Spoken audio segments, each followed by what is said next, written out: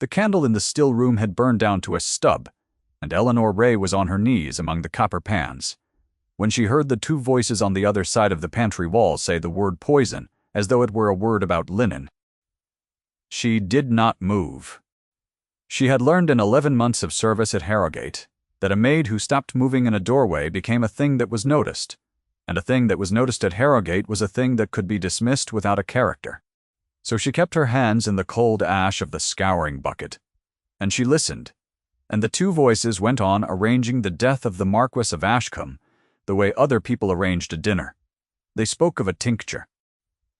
They spoke of the dose, and how it must be small and given over days, so that the going would look like a decline and not a death. They spoke of the 3rd week of the season, when the house would be full and the physician would be tired and no one would think to look.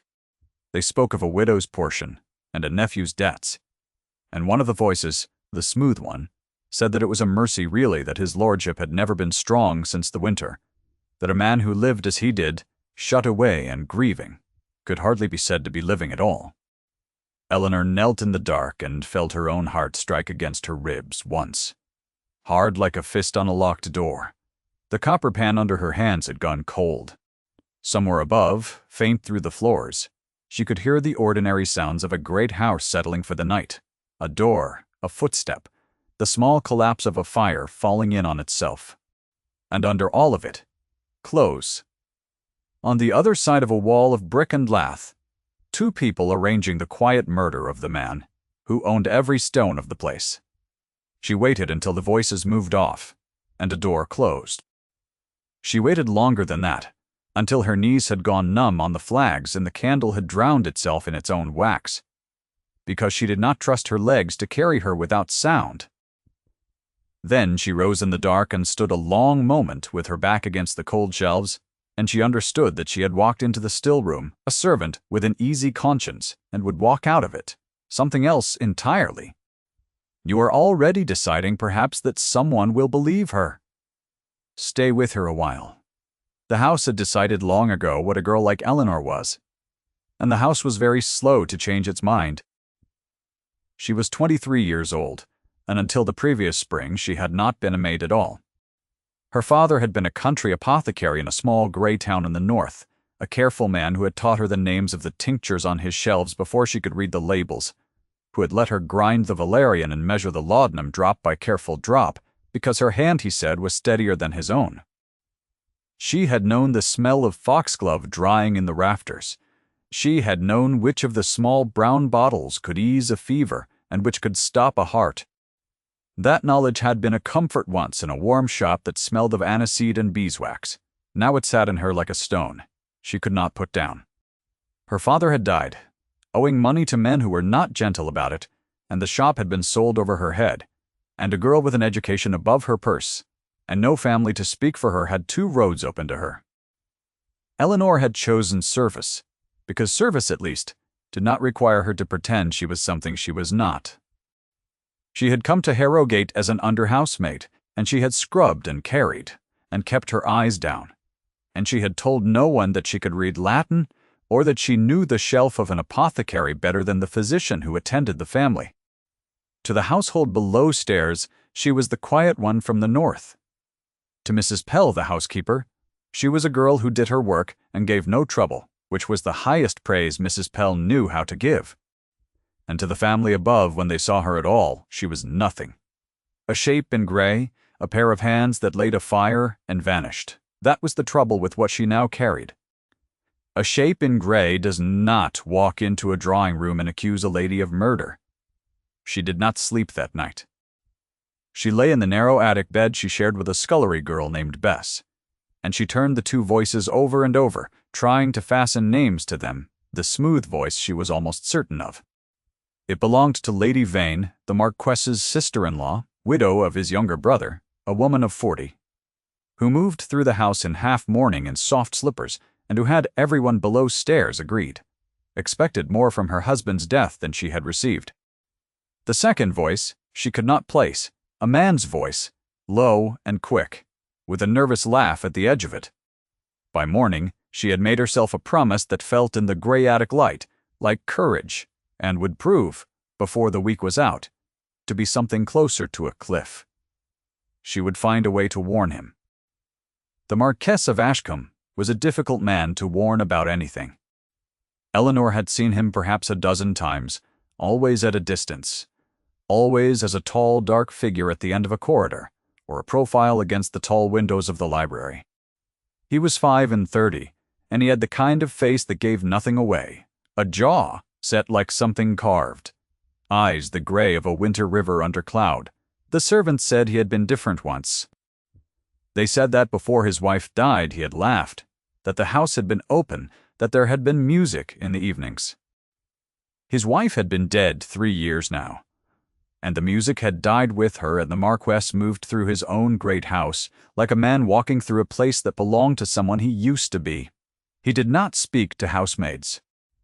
He barely spoke to anyone, and Eleanor, carrying her terrible knowledge, could not for the life of her imagine the sentence with which a girl in gray might begin. She tried, first the proper way. She went to Mrs. Pell. She chose the hour after breakfast, when the housekeeper was alone in her sitting room with the account books, the 1 hour of Mrs. Pell's day that belonged to no one. And she stood in the doorway with her hands folded and her cap straight, and everything about her arranged to be believed. She said carefully that she had heard something the night before that his lordship ought to know. Mrs. Multy? Pell looked up over her spectacles, her pen still in her hand, and waited with the particular stillness of a woman who has heard many things from many housemaids, and believed almost none of them. Eleanor told her plainly, without ornament or flourish, exactly what the 2 voices had said: the tincture, the dose given over days, the 3rd week of the season, the widow's portion, and the nephew's debts. She kept her voice level and her account short, as her father had taught her to give a symptom to a physician, because a thing said plainly is harder to dismiss than a thing said in fear. She watched the housekeeper's face close, like a shutter. "You heard this," Mrs. Pell said, "on your knees in the still room, in the dark." "Yes, ma'am. And you are certain it was Lady Vane?" "I am nearly certain of her voice." Pell set down her pen. She was not an unkind woman, and Eleanor saw her weigh it, saw her want for a moment to believe. Then she saw the wanting lose. "Nearly," the housekeeper said. "You would have me carry a charge of murder against the mistress's own family on nearly, against a lady of this house, on the word of a girl who has been here not 1 year, who no one in this county knows, whose father, God rest him, died in debt." She said it not cruelly, but as a plain accounting of the world. "Do you know what happens to that girl, Eleanor?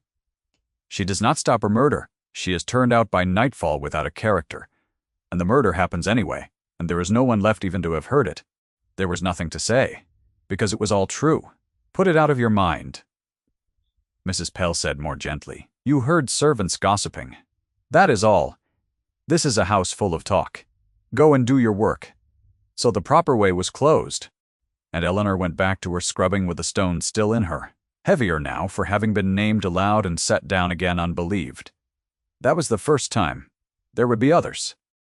Consider what it is to know a thing that no one will let you say. It is not like carrying a secret you have chosen.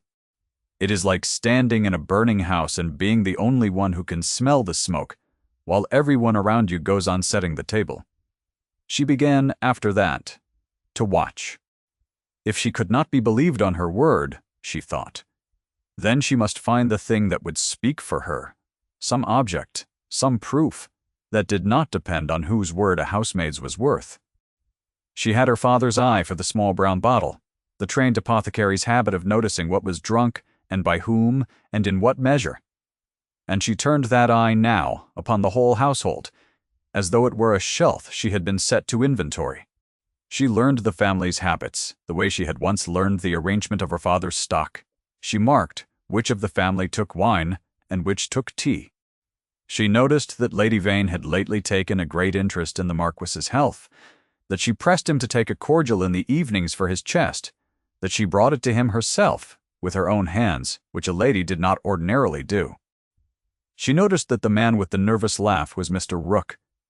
the physician's new assistant, a thin young man who had arrived that spring and who had access, Eleanor understood at once, to every locked cabinet of medicine in the house, a widow's portion, and a nephew's debts. Lady Vane wanted money the Marquess's death would loosen, and Mr. Rook, she guessed, wanted the money Lady Vane could give. And between them they had the knowledge and the access and the patience, and all they lacked was a house too busy to notice, which the season would soon provide.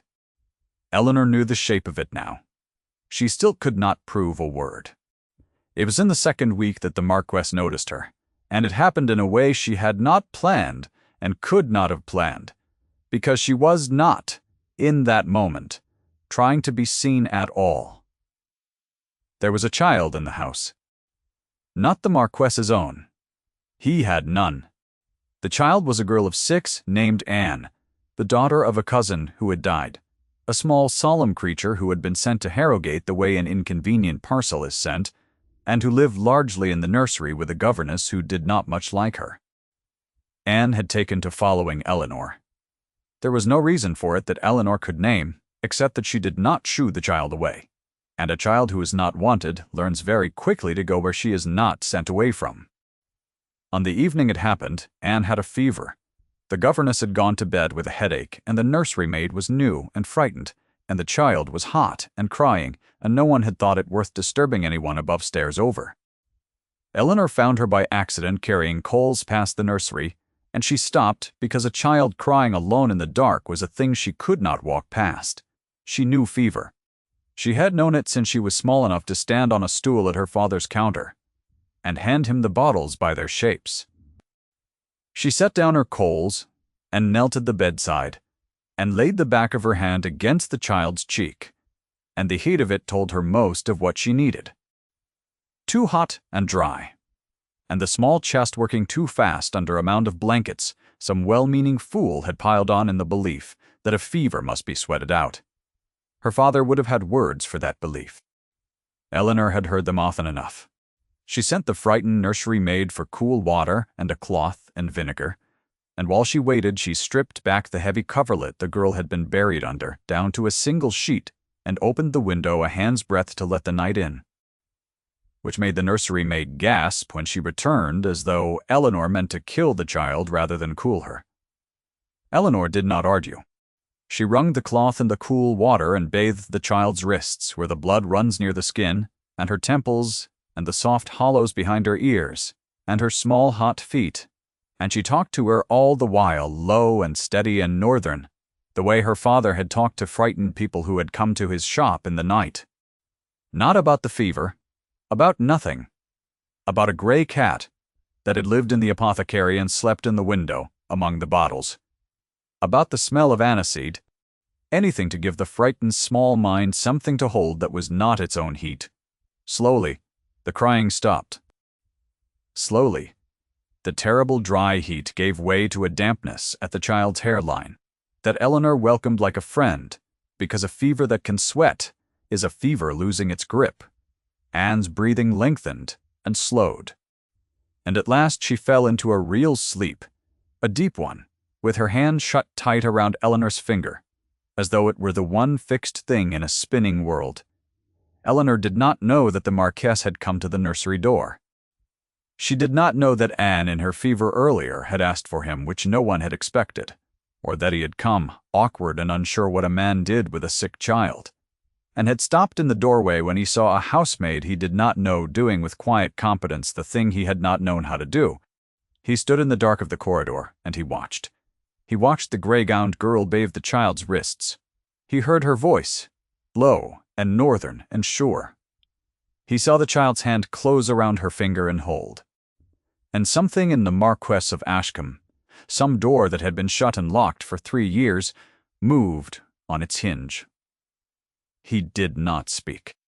He went away as quietly as he had come, and Eleanor sat with the sleeping child until the gray of morning, and she never knew that night that she had been seen at all. He knew her face after that. And a man who has begun to see a person cannot easily go back to seeing a shape in gray. The next time was 2 days later, in the library. Eleanor had been sent to lay the fire early, before the family rose, and she thought the room empty. She was on her knees at the grate with the kindling in her hands when a voice behind her said, "You are the one who was with the child."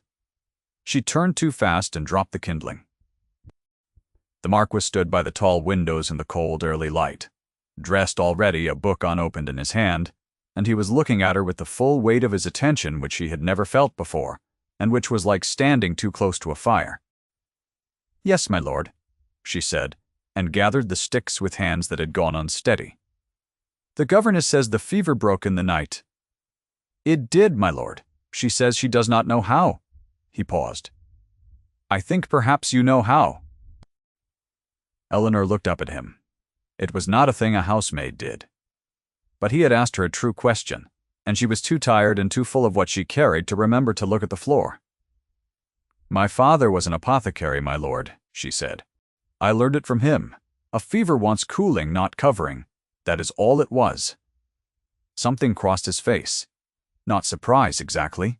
A kind of recalculation, as though a figure he had entered in a ledger had turned out to be wrong. "An apothecary's daughter," he said, laying my fires. "The world is arranged as it is arranged, my lord," she said, and heard her own boldness with a jolt of fear, and dropped her eyes to the grate at last. He did not reprimand her. He was quiet for a long moment, and then he said, "Sit with her again tonight. If she asks for you, tell Mrs. Pell I wished it."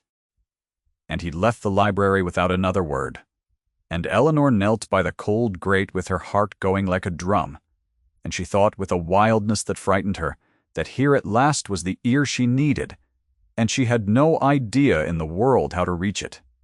Because how does a girl say to a man of his rank, on the strength of 2 overheard voices, that his own family means to kill him? He had unbent to her the length of a single conversation about a child's fever. That was not the same as belief. If she spoke now and was wrong or was disbelieved, she would lose even this thin thread and be turned out, and he would die anyway. She resolved to wait, and to watch, and to find her proof. It was, she would come to think later, very nearly a fatal patience. She learned his wound the way one learns anything true about such a man, sideways and by accident.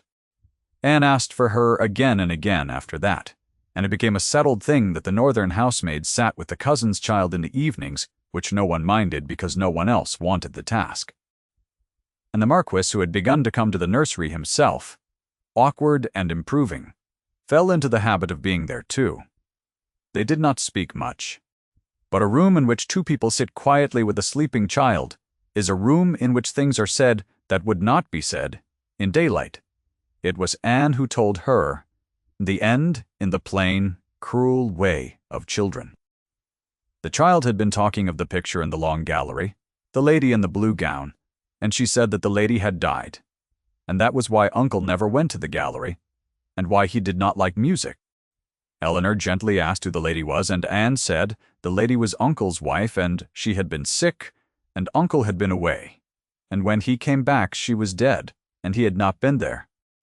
Eleanor understood then the shape of the stillness she had been watching for weeks. He had not lost his wife to a stroke of fate that no one could have prevented, or rather he had. But that was not the story he had told himself about it. He had been elsewhere when she sickened. In London on some matter of business he had judged more pressing, a matter he could no longer even have named to anyone, and word had been slow to reach him, and the roads had been bad. And, by the time he came up the drive at Harrogate, the blinds were already down. He had come home to a house where the thing had already happened, where the servants would not meet his eye, where a woman he had meant to grow old beside had been 3 days dead in a shuttered room. And he had spent the 3 years since walking the corridors of that house, believing that, if he had been there, if he had only been there, if he had not judged some ledger more urgent than his own wife's cough, he might have known what to do. It was the particular grief of a man who trusts his own competence above all things, who has built his whole life on the certainty that a careful man is equal to whatever comes, and who was, at the one hour it mattered most, simply not in the room. Such a man does not grieve cleanly. He turns the grief into a charge against himself, and carries it. And the carrying becomes the stillness, and the stillness becomes the man. And here was the cruelty of it that Eleanor saw, and he did not yet. She, of all the people in that house, was the one person who could have told him that his wife's illness was very likely beyond any man's saving, that some fevers turned regardless of who sits beside them. She had the knowledge that might have eased his 3 years. And she could not offer it, because to offer it was to reveal how much she saw, and how much she saw was exactly the thing that made her dangerous to the 2 people planning his death. So she held that too. She was becoming a woman made entirely of things she could not say. The house filled, as Lady Vane had promised it would. The 3rd week of the season came, and Harrogate opened its doors. And the great rooms that had stood shut for 3 years blazed with candles and filled with people, because the Marquess had been persuaded, at last, to end his mourning and to host. Persuaded by whom, Eleanor did not have to guess. Lady Vane had wanted the house full and the physician tired, and no one thinking to look. Now she had it. Eleanor worked those days in a fever of watching. She was everywhere. A housemaid could be, and invisible in all of them, and she used it. She saw Lady Vane and Mr. Rook exchange a look across the crowded hall that no one else marked. She saw the cordial appear on the sideboard, in the Marquess's study, the small dark bottle that Lady Vane brought him each evening for his chest. And on the night of the great ball, in the crush and the music and the heat of 200 candles, she saw Mr. and P. Machin. Rook go into the study when the study was empty, and come out again, and she knew, with a certainty that turned her cold, that tonight was the night. She had until the evening cordial. She had, perhaps, 2 hours. She went to Mrs. Hell again, because it was proper, and because she was desperate, and she found the housekeeper in the passage between the kitchen and the hall, with her arms full of table linen and 40 things going wrong at once. And Mrs. Bull.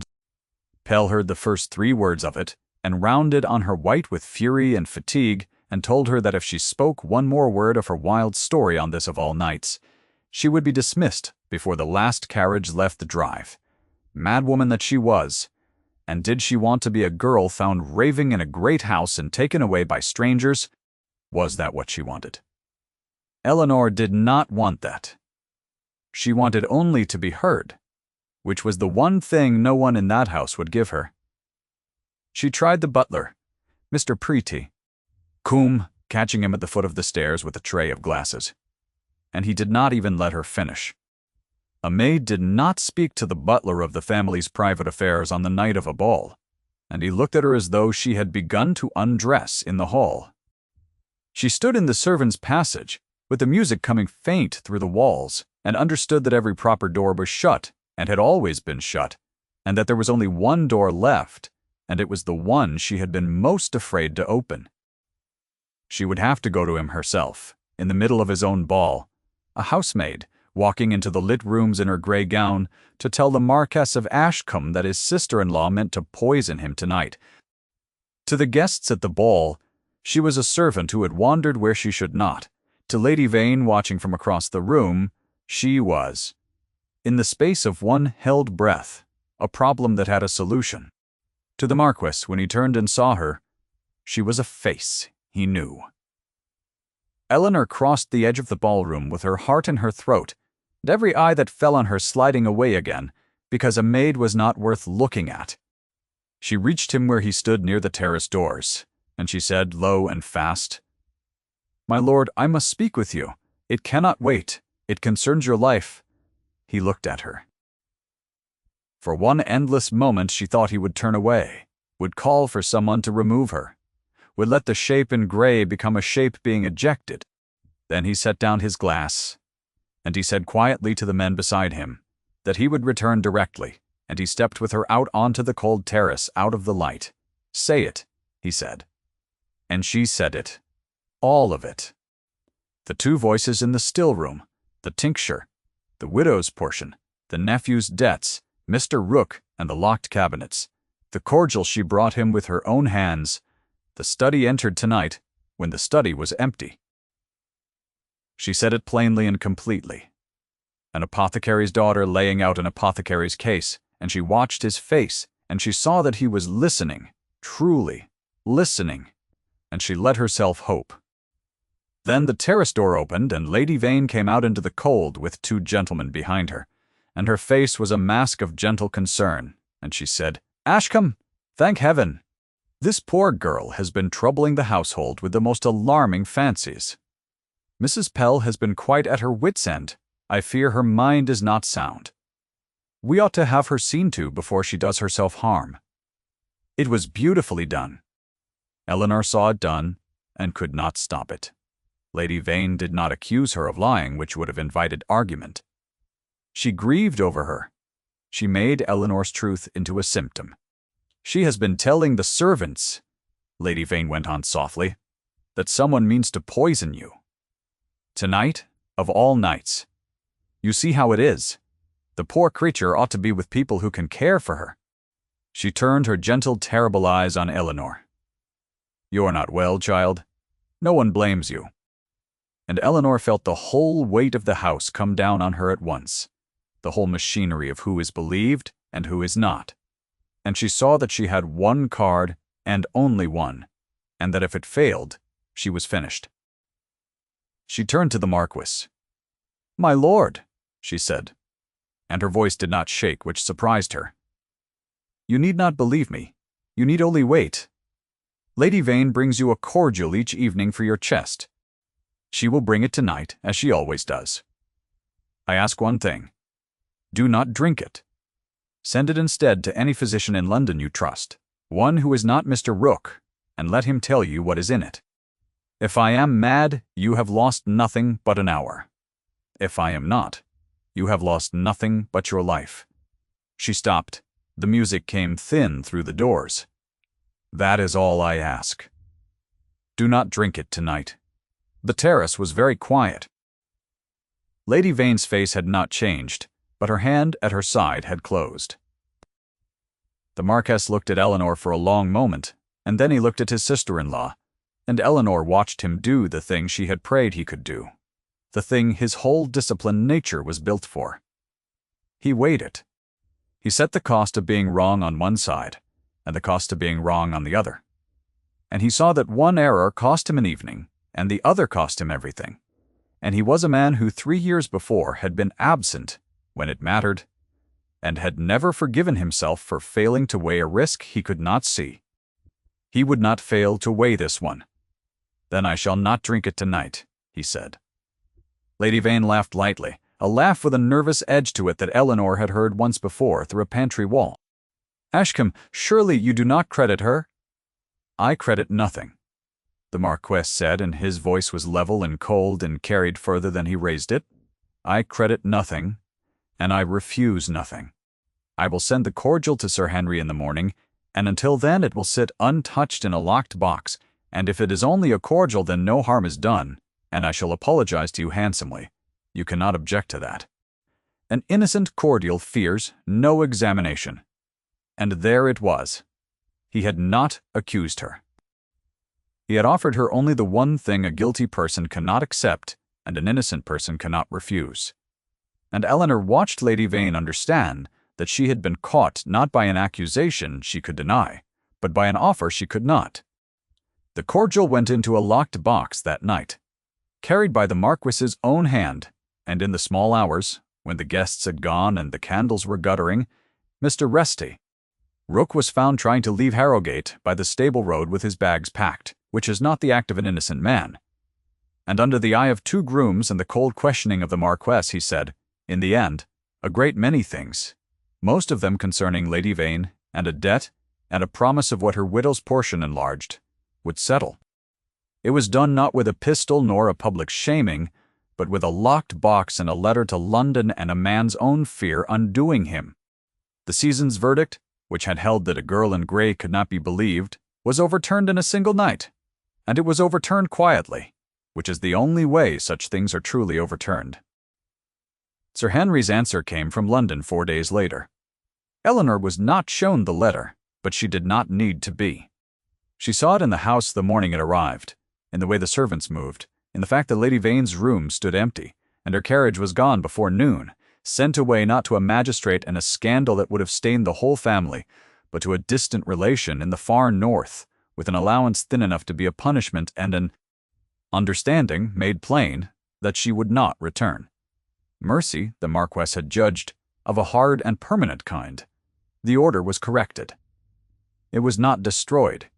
Eleanor expected, when the dust of it settled, to be thanked and forgotten. That was how the world worked. A servant did a service, and was given, perhaps, a coin, and went back to the grate. She was laying the library fire, 4 mornings after, when he came to her again. "Miss Ray," he said. She turned. He had never used her name before. She had not been sure he knew it. He stood in the same cold early light as the first morning, and the book in his hand was the same. And it was still unopened, and she understood suddenly that the book had never been the point of his coming to the library so early, and perhaps had not been for some weeks. "My lord," she said. "I have spent 3 years," he said, "believing that if a man is only careful enough, only present enough, he need never again be surprised by a grief he might have prevented." He turned the closed book over in his hands.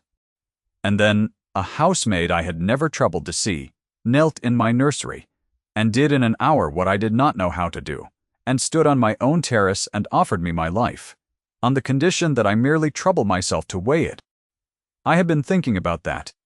I have been thinking that the thing I most feared, being unable to see the danger in my own house, was true the entire time, and that I was saved from it, not by my own care, but by the one person in this house I had been too proud to look at." Eleanor could not speak. The kindling lay forgotten in her hands. "I know what you carry," he said more quietly. "Anne told me your father was an apothecary. I have thought about what that means. It means you, all this while, better than any of us, what a fever can and cannot be made to do." He paused, and she saw the cost of the next words in his face before he said them. "It means you likely know, better than I have let myself believe, that my wife's fever was of the kind that turns regardless, that I might have sat beside her every hour and lost her all the same." "My lord," Eleanor said, and her voice broke on it, "I have wanted to tell you that since the night the child said it to me, some fevers turn no matter who is in the room. You were not the reason. There was no reason. There was only the fever." She said it as her father would have said it plainly, as a fact and not a comfort, which is the only way such things are believed. "You could not have saved her. No one could. I am sorry it took you 3 years to be told, and sorrier that it fell to me to be the one who knew." He stood very still. The winter light moved on the river of his eyes. And the Marquess of Ashcombe, who had not wept in 3 years, did not weep now either. But something in his carved face gave way like ice going off a river in the first true warmth of the year, all at once, and with a sound you feel rather than hear. "Stand up," he said. It was a command in the way. All his gentleness came out as command. "You have laid your last fire in this house." For one terrible instant, Eleanor thought she was dismissed, after all. Then she saw his face and understood that it was the opposite, and that this difficult man had just said, in the only grammar he owned, that he could not go on watching her kneel. The rest was not quick, because he was not a quick man, and because a marquis does not marry his housemaid in a fortnight without doing to her name a violence worse than any Lady Vane had planned. He did it carefully, as he did all things. She left Harrowgate for the household of a widowed aunt of his in another county, a kind, sharp old woman who was told the whole truth, and who took to Eleanor at once. And there Eleanor lived some months as a gentlewoman companion, which she had the education to be, and had only ever lacked the purse for. He wrote to her. She wrote to him. The letters at first about Anne and the household and the aunt's health became by slow degrees, and without either of them quite marking the turn, about themselves. And in the following spring, in a small church with no crowd to render any verdict, the Marquess of Ashcombe married Eleanor Ray, who had once knelt in his still room in the dark and heard a thing no one would let her say. You have stayed with her to the end, and I am glad you did. They came back to Harrowgate as the year turned toward its first true warmth. Anne was there to meet them, grown an inch and no longer solemn, and she ran the length of the hall in a way no one at Harrogate had run in years, and took Eleanor's hand and did not let it go. That evening, Eleanor stood in the long gallery before the picture of the lady in the blue gown, the wife who had died, and she did not feel what a lesser story would have had her feel. She felt only a quiet kinship with the woman in the frame, who had been loved by a man who did not know how to weigh a grief, and who had died of a fever that no one could have turned. Eleanor stood there a while in the last of the light. Then she heard, from a room she had never in 11 months of service, heard it come from the sound of a piano. It was hesitant, it was out of practice, by 3 years. But it was music, and it was him, and she went toward it through the warming house. On the still-room shelf, in a small brown bottle her father would have known by its shape in the dark, she kept a little valerian, ground by her own steady hand, for the nights when the house could not sleep. She was an apothecary's daughter still. She would always be that. But she was no longer a girl who knew a true thing that no one would believe. She was the woman he had, at last, troubled himself to see. If Eleanor's long silence and the night she broke, it stayed with you. Stay a moment more and tell me in a quiet word which turn of her story you carried out of the room. I will be glad to know it. And then go gently into your evening, as she went, at last, toward the music.